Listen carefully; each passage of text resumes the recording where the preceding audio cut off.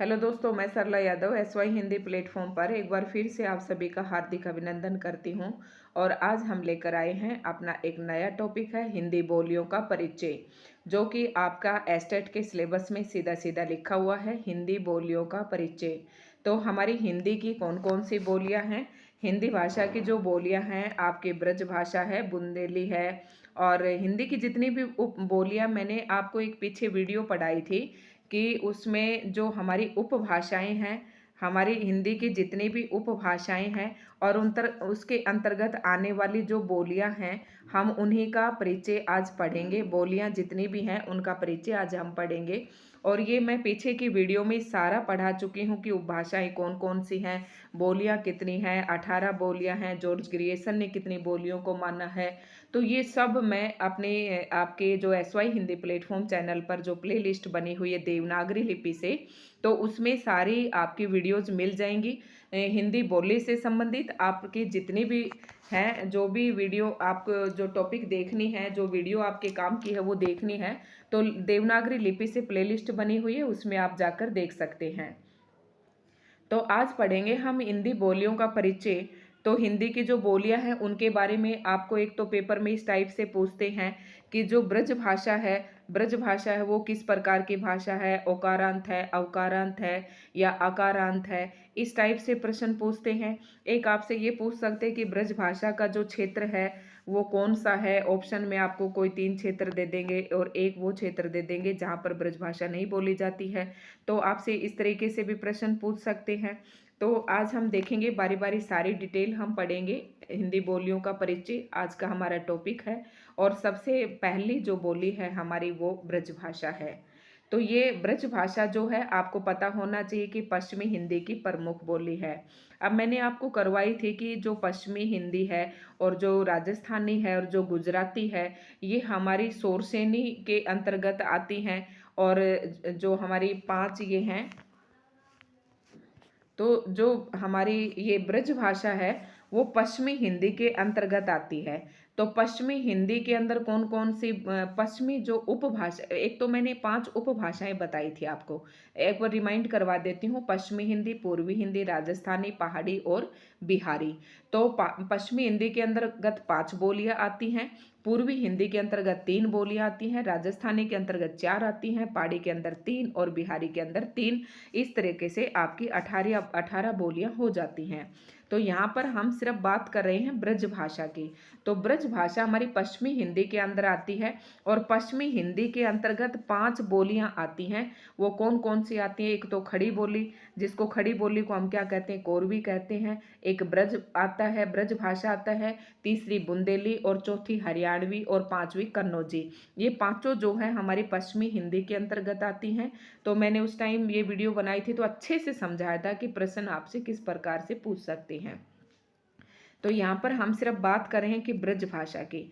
ब्रज भाषा पश्चिमी हिंदी की प्रमुख बोली है। आपसे प्रश्न पूछ ले कि ब्रज भाषा किस की प्रमुख, कौन सी हिंदी की प्रमुख बोली है, तो आपका आंसर लगाना है पश्चिमी हिंदी की, जो ब्रज क्षेत्र में बोली जाती है। इसका क्षेत्र आगरा, मथुरा, अलीगढ़, एटा, फिरोजाबाद जनपदों के अतिरिक्त हरियाणा का गुड़गांव जिला, राजस्थान का भरतपुर और धौलपुर जिला माना जाता है। और उत्तर प्रदेश के बदायूं, मैनपुरी जिले के कुछ भागों में भी ब्रज भाषा बोली जाती है। तो एक वीडियो मैंने पहले भी बताई थी कि कौन सी बोली है और उसका क्षेत्र विशेष कौन सा है जहाँ पर वो बोली बोली जाती है। तो इसके ऊपर तो मैं एक और वीडियो भी पहले बना चुकी हूँ, लेकिन यहाँ पर आपके उसमें दे रखा है कि हिंदी बोलियों का परिचय, तो मैंने सोचा कि परिचय करवा देती हूँ, क्योंकि उसमें क्षेत्र विशेष बताया गया था और यहाँ पर हम ब्रज भाषा के बारे में सारी बात यहाँ पर बताएंगे। तो ब्रज भाषा पश्चिमी हिंदी के अंतर्गत आती है, ये इसके क्षेत्र है। तो हरियाणा में ये गुड़गांव में बोली जाती है, राजस्थान के भरतपुर और धौलपुरा में बोली जाती है, और उत्तर प्रदेश के बदायूं और मैनपुरी जिले के कुछ भागों में भी ब्रज भाषा बोली जाती है। यह आपको याद रखना है दोस्तों। आज करवा चौथ का व्रत भी है, लेकिन उसके बावजूद भी मैंने आपके लिए 2-3 वीडियो अपलोड कर दी हैं। अगर आपको हमारी वीडियोस पसंद आ रही हैं, कंटेंट पसंद आ रहा है, तो प्लीज़ इस नाते आप आज चैनल को सब्सक्राइब जरूर कर देना। बस इतनी सी दक्षिणा आपको गुरु के रूप में हमें चाहिए और कुछ भी नहीं चाहिए।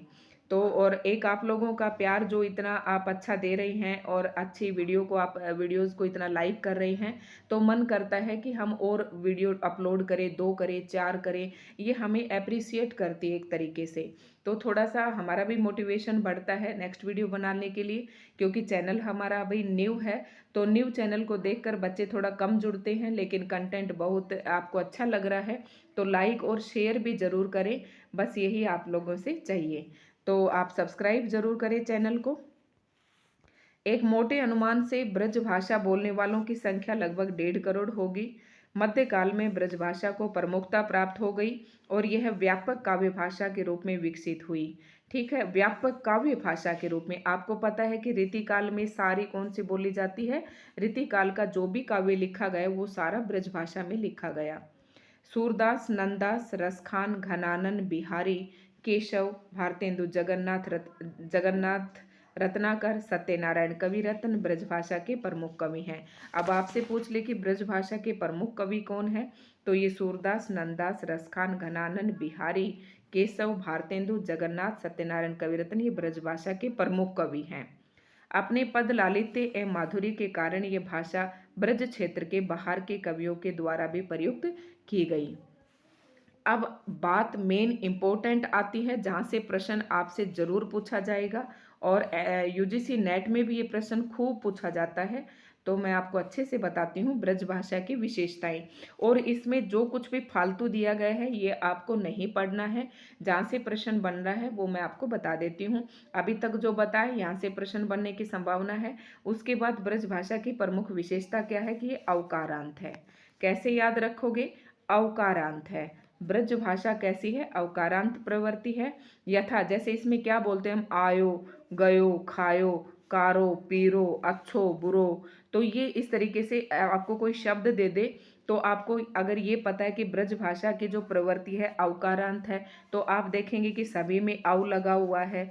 तो अव लगा हुआ है, अव की मात्रा लगी हुई है, तो आप अच्छे से समझ जाओगे कि अवकारांत है।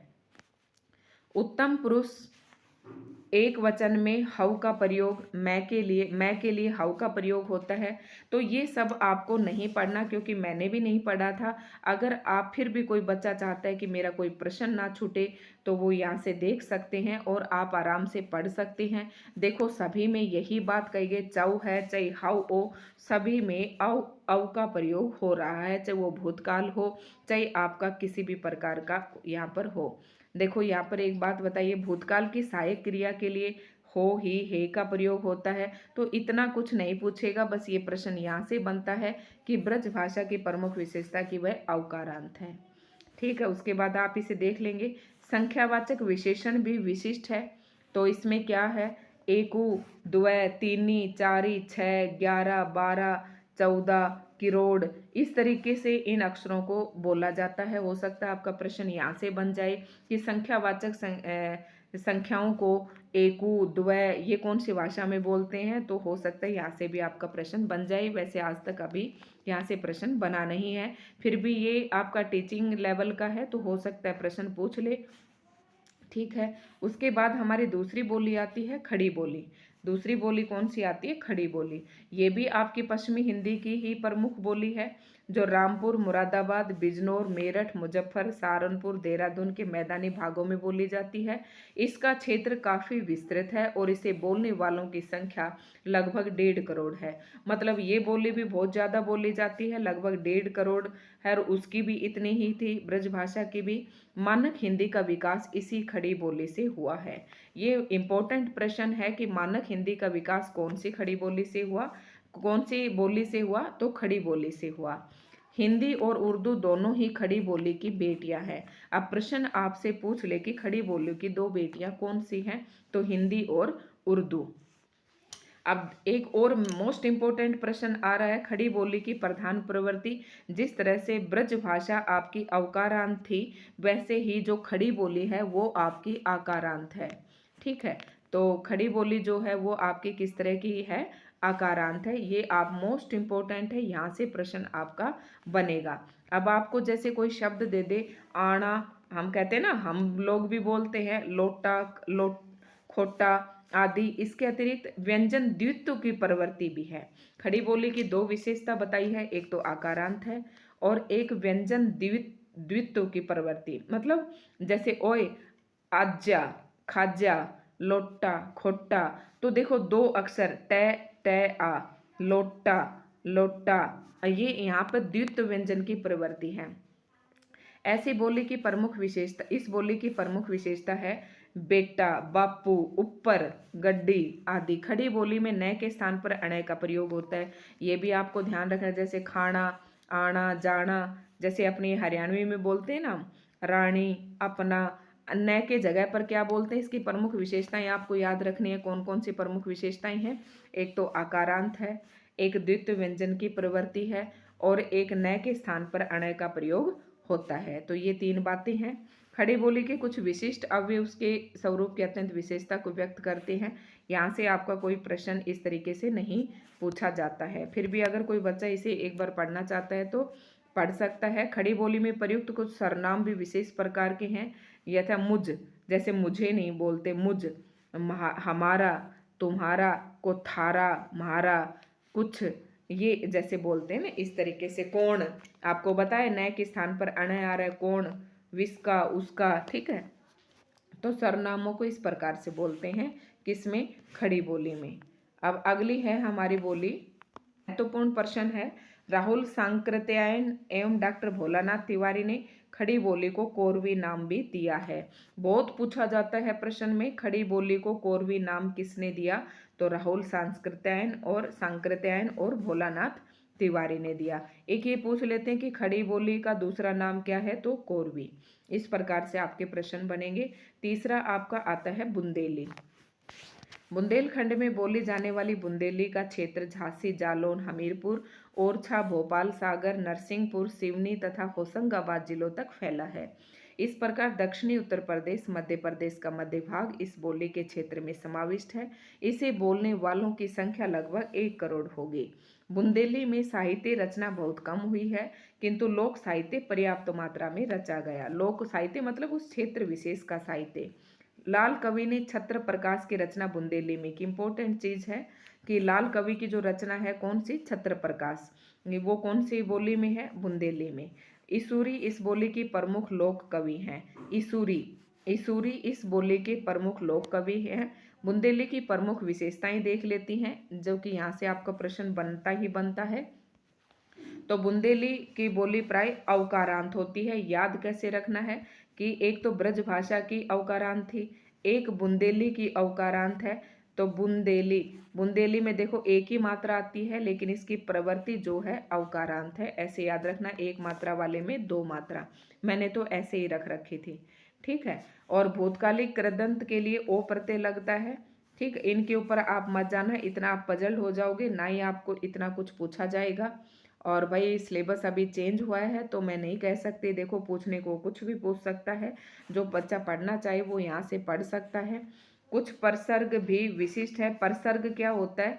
कारक चिन्ह के साथ जो विभक्ति चिन्ह लगते हैं उसे हम परसर्ग कहते हैं। जैसे संप्रदान में हमारे पास होता है के लिए, और यहाँ पर इस बोली में क्या होता है? के लाने, ठीक है। कर्म में हमारे पास क्या होता है? को, तो यहाँ पर क्या बताया इसने?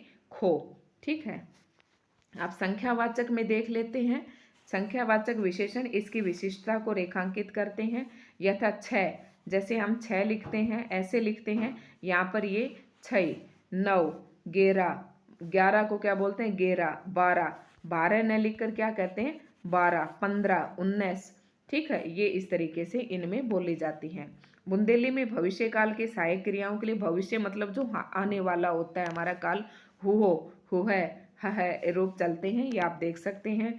और इस तरीके से मैंने तो इनको कभी कुछ ज़िंदगी में याद नहीं किया। नेट भी क्वालिफाई है, 4 बार एस्टेट भी है, लेकिन फिर भी भाई देख लेना, किसी का प्रश्न यहाँ से छूटना नहीं चाहिए। सारनामिक क्रिया विशेषण भी विशेष, जो जहाँ से प्रश्न बनता है वो मैंने आपको बता दिया। तो सारनामिक विशेषण, क्रिया विशेषण भी विशेष प्रकार कौन से? इतो, इतनो कहते हैं ये। और भूतकालिक सहायक क्रिया के लिए हाथो, हाथी, हाथे, मैं तो ये हाथी, ये बात कहते हैं ना कि मतलब भूतकालिक, जैसे हम कहेंगे मैं जाऊंगा, खाऊंगा, नहीं सॉरी, खा लिया पी लिया, जो समय जा चुका बीत चुका, उसके लिए ये लोग क्या कहते हैं, हतो हती हते, यानी कि तो ती ते का प्रयोग करते हैं। ठीक है, मैं तो हती मतलब मैं तो वहाँ गई थी। ठीक है, इस प्रकार से। अब अगली बोली आती है हमारी कन्नौजी। कन्नौजी जो है, कन्नौजी बोली का क्षेत्र अवधी और ब्रज के बीच में है। ये बोली इटावा, फर्रुखाबाद, शाहजहाँपुर, हरदोई, पीलीभीत, मैनपुरी के कुछ भागों में बोली जाती है। आदर्श कन्नौजी फर्रुखाबाद, इटावा और शाहजहाँपुर में बोली जाती है। इसे बोलने वालों की संख्या, ये मेरी बुक थोड़ी सी फट रही है, इसके ऊपर मत जाना। बोलने वालों की संख्या लगभग 75 लाख होगी। कन्नौजी क्षेत्र के कवियों ने ब्रज भाषा में ही काव्य रचना की। ठीक है, अतः इसमें साहित्य उपलब्ध नहीं होता। तो कन्नौजी में कोई साहित्य उपलब्ध नहीं है। तो कन्नौजी का इतना ही था आपका, और मैं बताऊंगी कि ये अवकारांत है या किस प्रकार की है। कन्नौजी की प्रधान प्रवृत्ति है, ये सभी की तरह आई गई है। कन्नौजी की जो प्रधान प्रवृत्ति है, अरे क्या हो रहा है, कन्नौजी की जो प्रधान प्रवृत्ति है, शब्दों का ओकारांत होना। अब आप ऐसे याद रखना, जिसमें बुंदेली में एक मात्रा थी द के ऊपर, तो उसकी प्रवृत्ति 2 मात्राओं के साथ थी। अब कन्नौजी में ऊपर 2 है, तो इसकी प्रवृत्ति 1 मात्रा के साथ है। ये मैंने आपको जो मैंने ट्रिक अपनाई थी इसको याद करने में, वही ट्रिक मैं आपको बता रही हूँ। मैंने सिर्फ इसी तरीके से ध्यान रखा था और मेरा प्रश्न बिल्कुल सही हो गया था। तो कन्नौजी की प्रधान प्रवृत्ति है शब्दों का ओकारांत होना। जैसे बड़ो, छोटो, आओ, गओ, ठीक है, ये ओकारांत आपको दिखाई दे रहा है। ये शब्द ब्रज भाषा में अवकारांत तथा खड़ी बोली में आकारांत है। जैसो ये दोबारा आपको रिवाइज करवा दिया है। ये ब्रज भाषा कैसी थी, अवकारांत, और खड़ी बोली में क्या था आपका, आकारांत। ये यही शब्द है। अगर ब्रज भाषा की बात करेंगे तो अवकारांत होगा, और खड़ी बोली की बात करेंगे तो उसमें आकारांत होगा। आरांत का, अंत का मतलब होता है कि जिससे शब्द का अंत हो रहा है। औ से अंत हो रहा है तो अवकारांत, आ से अंत हो रहा है तो आकारांत। ठीक है, कन्नौजी में इया व प्रत्यय का योग क्रम से स्त्रीलिंग और पुल्लिंग में होता है। जीभ को क्या कहते हैं, जिभिया, जैसे हो गया ना इया, इया, इया प्रत्यय का प्रयोग। दांत का दंतिया, दतिया, बच्चा का बचवा, जैसे वा प्रत्यय आ गया, तो इस तरीके से प्रयोग होता है। कन्नौजी की एक अन्यतम विशेषता है भूतकालिक सहायक क्रियाओं का विशिष्ट प्रयोग। हिंदी में जहाँ था, थी, थे का प्रयोग होता है, वहाँ कन्नौजी में हतो, हति, हते का प्रयोग होता है। ठीक है, और भविष्य काल की क्रियाओं में, यानी कि भूतकाल और फिर है भविष्य काल की क्रियाओं में क्या होता है, आई है, खई है, जई है, ये इस तरीके से प्रयोग होता है। कन्नौजी में प्रयुक्त होने वाले कुछ सरनाम भी हैं, जैसे मई, मोरो, मेयो, हमाओ, हमाओ, तुमरो, कोनो। ठीक है, तो इस तरीके से सरनाम यूज होते हैं। सरनाम तो आपको पता है ना, 11 होते हैं हमारी हिंदी में, और कन्नौजी में सरनाम किस प्रकार से यूज करते हैं। तो कन्नौजी के कुछ विशिष्ट क्रिया विशेषण भी हैं, हिया, हुआ, इतो। तो ये सब तो आपको इतना करने की जरूरत नहीं है, इसी प्रकार से कारक चिन्ह दिखा रखे हैं। अब बात करते हैं हम बांगरू। अगली बोली आती है हमारी बांगरू। बांगरू को हरियाणवी भी कहते हैं। पश्चिमी हिंदी की यह बोली पंजाब के दक्षिण पश्चिम भाग में और हरियाणा के करनाल, रोहतक, हिसार, पटियाला, नाभा, जींद क्षेत्रों में बोली जाती है। इस बोली का एक अन्य नाम हरियाणवी भी है। ये प्रश्न आपके लिए महत्वपूर्ण बन जाता है। इस बोली का क्षेत्र पंजाबी, मारवाड़ी और खड़ी बोली से घिरा हुआ है, अतः इनका प्रभाव इस पर होना स्वाभाविक है। ठीक है, अब बांगरू बोलने वालों की संख्या लगभग 50 लाख के आसपास है। इसकी विशेषताएं क्या हैं, इस बोली के सरनाम इसके स्वरूप को स्पष्ट करते हैं। मतलब इसमें अकारांत उकारांत नहीं बता रखा, इसके सरनाम से आपको पता चलता है कि ये बोली किस प्रकार की है। मन्ने, तन्ने, ओ, वो, यो, या, कौन, कुण, ये सब हम बोलते हैं ना हरियाणवी में। बांगरू जो अपने रोहतक साइड का, कुण है, कितने जा रहा है, मन्ने को बेरी, बेरा, इस तरीके से बोलते हैं ना, तो ये सारे आपके क्या है, हरियाणवी। और तुलनावाची विशेषणों में तय का प्रयोग होता है। तय, तय तेरे त बड़ा सू, तय मैं तो तेरे त बड़ा सू, इस तरीके से। मतलब विशेषण, मतलब जहाँ पर दो की तुलना करते हैं, विशेषता बताते हैं, वहाँ पर तय का प्रयोग होता है। बांगरू बोली में भी खड़ी बोली की भांति द्वित्व वर्णों की प्रधानता, एक खड़ी बोली में द्वित्व वर्ण की प्रधानती और एक बांगरू में भी है। बाबू, भित्तर, ऊपर, लाठी, ठीक है। ये बांगरू तो मैंने कहा ना, इस तरीके के शब्द आपको नहीं देंगे क्योंकि एक से दूसरी बोली में भी इस तरीके के शब्द आपको मिल रहे हैं, ठीक है। तो जहाँ से प्रश्न बन रहा है वो मैं आपको बता रही हूँ। बांगरू की सहायक क्रिया वर्तमान काल में विशिष्ट है। हिंदी में जहाँ है का प्रयोग होता है वहाँ बांगरू में से का प्रयोग होता है। ये बात इंपॉर्टेंट है कि बांगरू भाषा में है के स्थान पर किसका प्रयोग करते हैं, से का, तथा हु के स्थान पर सु का प्रयोग होता है। कुछ क्रिया विशेषण भी हैं, जैसे उठ है, अठ है, उठ है, इत, होड़, कद, तल्लय, ठीक है। नीचे को क्या कहते हैं, तल्लय। तो अगली हमारी बोली है अवधी, जो कि इम्पोर्टेंट है आपके लिए। अवधी पूर्वी हिंदी की प्रमुख बोली है। अभी तक जो हमने पढ़ी वो पश्चिमी हिंदी की बोलियां थी। अब अवधी जो है हमारी पूर्वी हिंदी की प्रमुख बोली है। यहाँ पर प्रमुख बोलियों के बारे में ही बताया जा रहा है। जो अवध प्रदेश के अंतर्गत बोली जाती है, इस बोली का क्षेत्र फतेहपुर, इलाहाबाद, कानपुर, लखनऊ, उन्नाव, रायबरेली, सीतापुर, फैजाबाद, गोंडा, बहराइच, सुल्तानपुर, प्रतापगढ़ और बाराबंकी जिलों में फैला हुआ है। अवधी बोलने वालों की संख्या लगभग 2 करोड़ है। देखो अब तक सबसे ज्यादा बोले जाने वालों की संख्या कौन सी है, अवधी है। साहित्यिक दृष्टि से अवधी समृद्ध भाषा है, मतलब इसमें काफी साहित्य लिखा गया है। आपको पता है कि तुलसीदास जी ने रामचरितमानस की रचना भी अवधी भाषा में की थी। ये अगली लाइन ही है, तुलसी कृत रामचरितमानस एवं जायसी कृत पद्मावत जैसे हिंदी महाकाव्य इस भाषा में लिखे गए। तो अवधी के अन्य कवि हैं नूर मोहम्मद, कुतुबन, मंछन, ये सारे उसके सूफी काव्य के कवि हैं। नाभादास, अगरदास आदि इस बोली की प्रमुख विशेषताएं निम्नलिखित हैं। तो अवधी में आई का उच्चारण आई, इसका उच्चारण आई और औ का उच्चारण औ के रूप में होता है। ये इसकी अवधी की पहचान है। अवधी भाषा की कुछ ध्वनि परिवर्तन भी है, जैसे अण को न में, गुण को क्या बोलते हैं, गुण, योग को जोग, भगत को भक्त को भगत, ठीक है। कै का गै कर दिया इन्होंने, ठीक। इस प्रकार से आपको ये ध्यान में रखना है। अवधि के 2 प्रत्यय भी हैं, कौन कौन से, इया और वा। देखो ये वा इससे पहले वाले में बताया था और इसमें भी आ गया। तो मैं इन चीज़ों को थोड़ा सा ज़्यादा नहीं इसीलिए नहीं बता रही हूँ क्योंकि कभी भी इस तरीके के कन्फ्यूजन वाले प्रश्न आपके पेपर में नहीं आएंगे। ये अवधि का ही था सारा। अवधि के विशेषण मूल रूप से अकारांत होते हैं, जो विशेषण होते हैं वो अकारांत होते हैं। तो देखो सबने छोट, बड़, भल, नीक, मतलब लास्ट में जो अक्षर आ रहा है ट, ल, बड़, ए बोला जा रहा है लास्ट में, ठीक है, अकारांत है सारे। अवधि की विशिष्ट क्रिया विशेषण है यहाँ, एठिया, ये। अवधि को सहायक क्रिया निम्नवत हैं। ये सब आपको पढ़ने की बेटा इतनी जरूरत नहीं है, फिर भी आप सब देख लेना, मैंने आराम से दिखा दिए। मैं नहीं चाहती किसी बच्चे का कोई प्रश्न यहाँ से छूटे। बोलचाल की आधुनिक अवधि खड़ी बोली से भी प्रभावित है। मध्यकालीन अवधि में अरबी फारसी के शब्द अधिक प्रयुक्त होने लगते थे, वही आधुनिक अवधि में अंग्रेजी शब्द भी सुनाई पड़ते थे। अगली बोली आती है मेरी बघेली, ये इंपॉर्टेंट है, ये भी देख लेंगे। बघेली पूर्वी हिंदी, अवधी, बघेली, छत्तीसगढ़ी, तीनों ही बोलियां जो है पूर्वी हिंदी के अंतर्गत आती हैं।